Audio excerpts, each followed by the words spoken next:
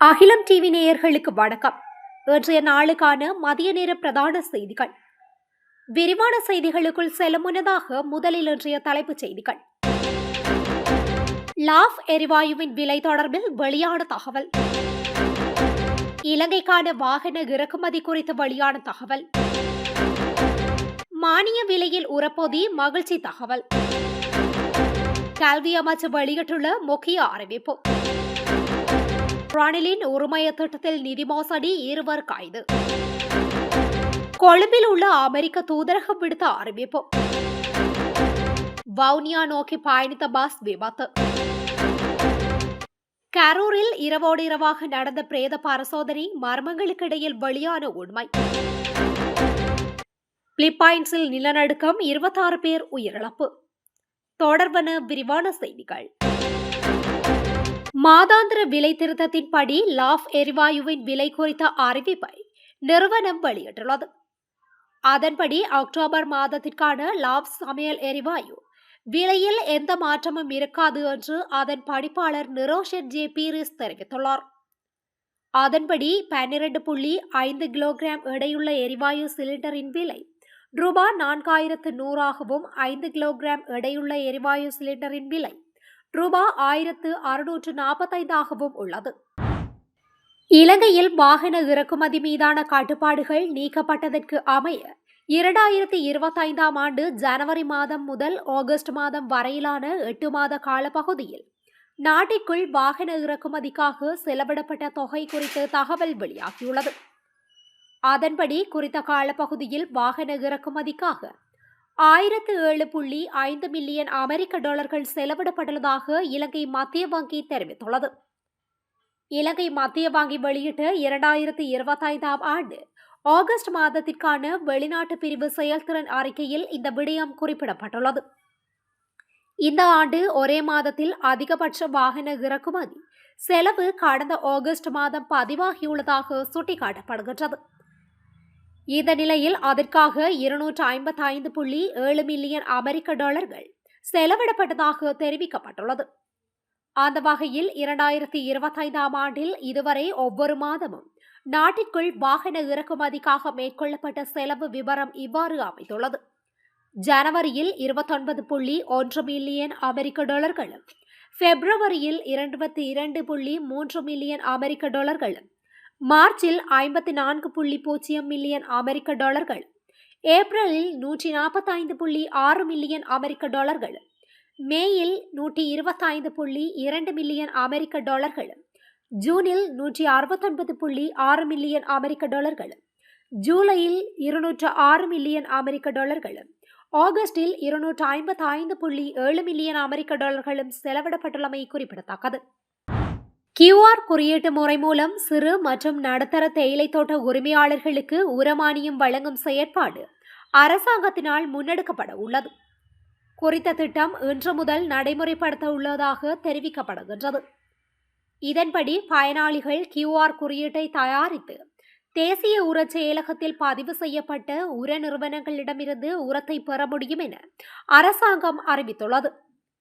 இதன் கீழ் இன்று முதல் 50 கிலோ உரப்பொதி 4000 ரூபாய் மற்றும் 25 கிலோ உரப்பொதி 2000 ரூபாய் மானிய விலையில் விநியோகிக்கப்பட உள்ளது. 2025 ஆண்டிற்கான இந்த உரமானியத்தை தேயிலை தோட்ட உரிமையாளர்களுக்கு வழங்குவதற்காக 2000 மில்லியன் ரூபாய் நிதி ஒதுக்கப்பட உள்ளது. பாடசாலைகளில் பணிபுரியும் அபிவிருத்தி அலுவலகர்களை ஆசிரியர் சேவையில் உள்வாங்குவதற்கான போட்டி பரீட்சை தற்காலிகமாக தாமதமாகும் என்று கல்வி அமைச்சின் செயலாளர் நாளக கெலவ அறிக்கை வெளியிட்டுள்ளார். பாடசாலைகளில் பணிபுரியும் அபிவிருத்தி அலுவலகர்கள் உட்பட அரசு பணியில் உள்ள பட்டதாரி அதிகாரிகளை ஆசிரியர் சேவையில் உள்வாங்குவதற்காக இந்த பரீட்சை மார்ச் 25, 2023 அன்று நடத்த திட்டமிடப்பட்டிருந்தது. போட்டி பரீட்சை தொடர்பாக உயர் நீதிமன்றத்தில் விசாரிக்கப்பட்ட பல வழக்குகள் இப்போது முடிவுக்கு வந்துள்ளன. இருப்பினும் இந்த பரீட்சை தொடர்பாக மேல்முறையீட்டு நீதிமன்றத்தில் உள்ள நடவடிக்கைகள் இன்னும் முடிவுக்கு வரவில்லை என்று செயலாளர் சுட்டிக்காட்டியுள்ளார். அதன்படி இந்த வழக்கின் தீர்ப்பு கிடைத்த பிறகு பரீட்சையின் அடுத்த கட்ட நடவடிக்கைகள் மேற்கொள்ளப்படும் என்றும் அறிக்கையில் குறிப்பிடப்பட்டுள்ளது.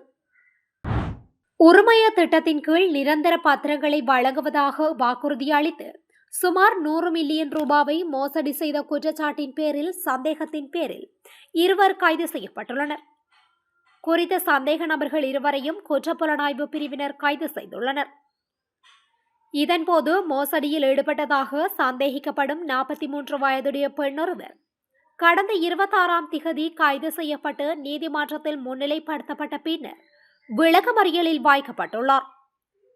சம்பவத்துடன் தொடர்புடைய மகரகம பகுதியைச் சேர்ந்த 55 வயதுடைய மற்றொரு சந்தேக நபர் கடந்த 29ஆம் திகதி கைது செய்யப்பட்டு கல்முனை நீதவான் நீதிமன்றத்தில் முன்னிலைப்படுத்தப்படவுள்ளார்.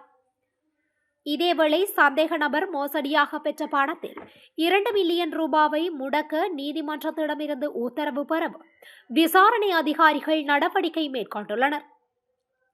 2024ஆம் ஆண்டு உரிமைய திட்டத்தின் போர்வையில் பத்திரங்கள் இல்லாத நிலங்களுக்கு நிரந்தர பத்திரங்கள் வழங்கப்படும் என கூறி இந்த மோசடி மற்றும் நிதி துஷ்பிரயோகம் செய்யப்பட்டதாக குற்றப்புலனாய்வு பிரிவுக்கு கிடைத்த முறைப்பாட்டின் அடிப்படையில் விசாரணைகள் ஆரம்பிக்கப்பட்டுள்ளன.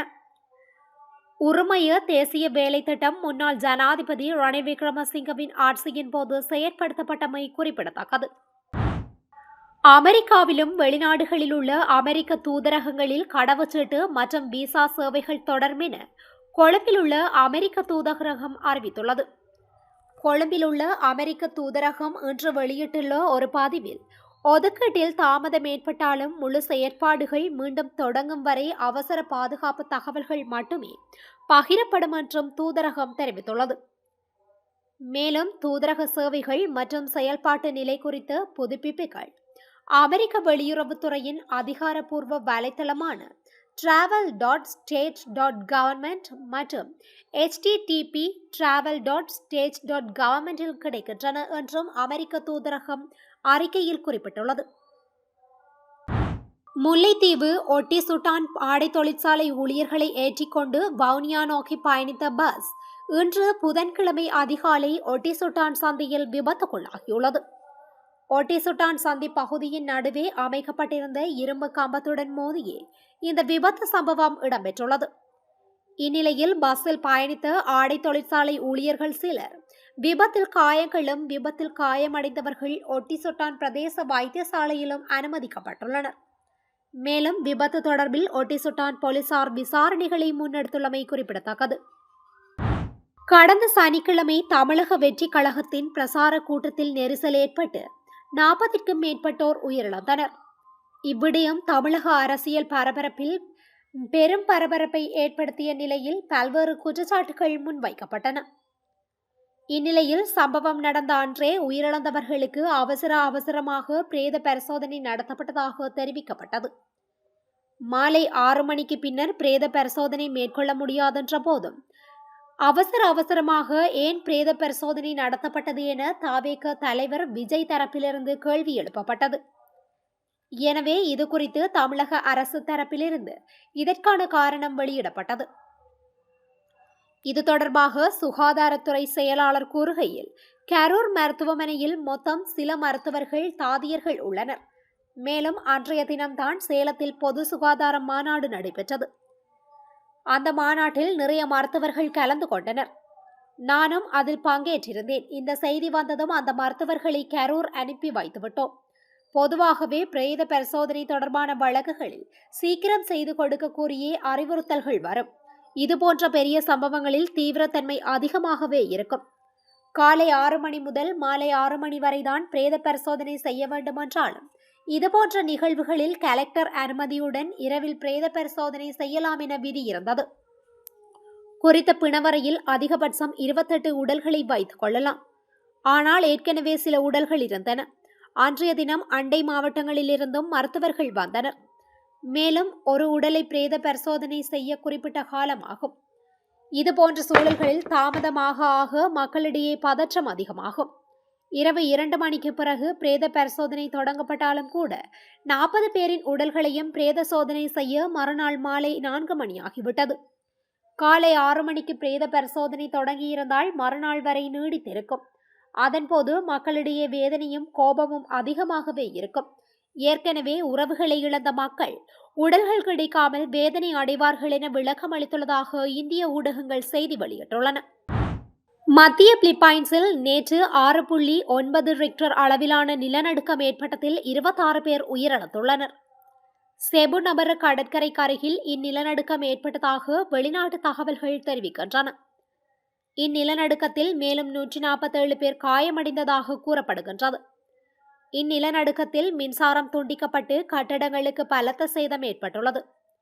இந்நிலையில் சேதமடைந்த கட்டட இடிபாடுகளுக்குள் சிக்கியவர்களை மீட்கும் பணிகள் தொடர்ந்து வருகின்றது. இதன்படி உயிரிழந்தவர்களின் எண்ணிக்கை மேலும் அதிகரிக்கலாம் என தெரிவிக்கப்படுகின்றது. இத்துடன் இன்றைய நாளுக்கான மதிய நேர பிரதான செய்திகள் நிறைவடைகின்றன. தொடர்ந்தும் இதுபோன்ற செய்திகளை உடனுக்குடன் அறிந்து கொள்ள அகிலம் டிவியுடன் இணைந்திருங்கள். நன்றி, வணக்கம்.